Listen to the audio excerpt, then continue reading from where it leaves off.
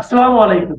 প্রিয় দর্শক, আপনাদের সকলকে আমন্ত্রণ জানাচ্ছি আমাদের কথা চ্যানেলের ভারত সম্পর্ক নিয়ে বিভিন্ন আন্তর্জাতিক গণমাধ্যমও এখন বিশ্লেষণ করতে শুরু করেছে। যেমন পাকিস্তানের গণমাধ্যম দ্য ডন বলছেন যে বড় ভাই সুলভ বা দাদাগিরি সুলভ আচরণের কারণে এই পরিস্থিতি। বিবিসি বাংলার রিপোর্ট হচ্ছে, সহিংস বিক্ষোভে তীব্র হচ্ছে ভারত বাংলাদেশ সম্পর্কের সংকট। আসলে ঘটনা বাংলাদেশে, ভারতে এত বিক্ষোভ ছড়িয়ে পড়লো কেন? দর্শক, একটু বিশ্লেষণ করি।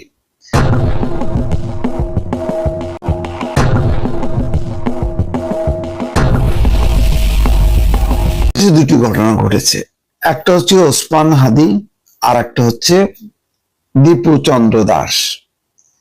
দীপু চন্দ্র দাসের মৃত্যুকে ঘিরে মূলত ক্ষোভটা সঞ্চারিত হয়েছে, সারা ভারত জুড়েই হচ্ছে, এবং বাংলাদেশের অন্তত 4টা হাইকমিশন ক্ষোভ বিক্ষোভের শিকার হয়েছে এবং সেগুলো বন্ধ করে দিতে বাধ্য হয়েছে।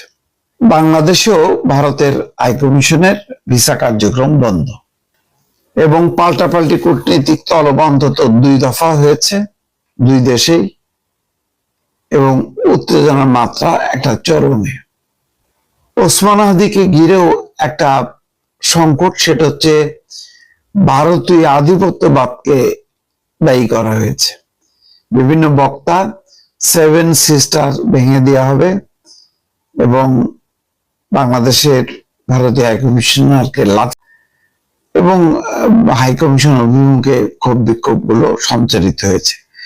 ওসমান হাদিকে ঘিরে যেমন তোপের মুখে পড়েছে ভারত, আর দীপু চন্দ্র দাসের যে নির্মম হত্যাকাণ্ড, সেই হত্যাকাণ্ডের মধ্য দিয়ে ভারতের বিভিন্ন অংশে ক্ষোভ বিক্ষোভ ফুসে উঠেছে এবং এর সবগুলোর ক্ষেত্রেই নেতৃত্ব দিচ্ছে উগ্র হিন্দুবাদীরা, সমর্থন দিচ্ছে ভারতীয় ক্ষমতাসীন বিজেপি।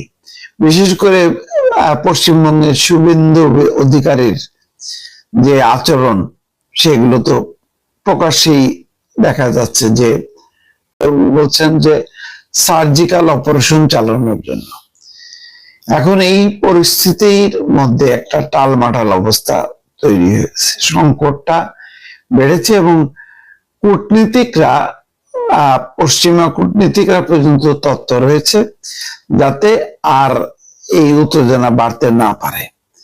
এখন আপাতত মনে হচ্ছে যে এটার হয়তো কিছু হবে না, কিন্তু ভারত কিন্তু এই ক্ষোভ বিক্ষোভটা জিয়ে রেখেছে, কারণ সেখানে আগামীতে বিশেষ করে পশ্চিমবঙ্গে বিধানসভার নির্বাচন। সেই বিধানসভার নির্বাচনে বাংলাদেশের মুসলমানরা হিন্দুদের অত্যাচার করছে, এই একটা ধোঁয়া তুলে সেখানে একটা রাজনৈতিক মেরুকরণ করার চেষ্টা, ভোটের মেরুকরণ করার চেষ্টা করতেছে যাতে বিজেপি ক্ষমতায় আসে। তো এই নোংরা খেলা আপাতত বন্ধ হবে না। ঘটনাটা বাংলাদেশের, কিন্তু ভারত এটাকে ক্যাশ করছে তার আভ্যন্তরীণ রাজনীতিতে, ক্ষমতাসীনরা তার শক্তিটা বাড়ানোর জন্য। ফলে এটা যে আরো কিছুদিন চলবে এবং বাংলাদেশে নির্বাচন না হওয়া পর্যন্ত এর আপাতত কোনো সমাধান নেই, এটা মোটামুটি বলা যায়। দর্শক।